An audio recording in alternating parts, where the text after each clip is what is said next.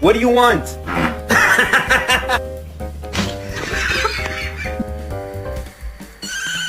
Like the heavy metal sound.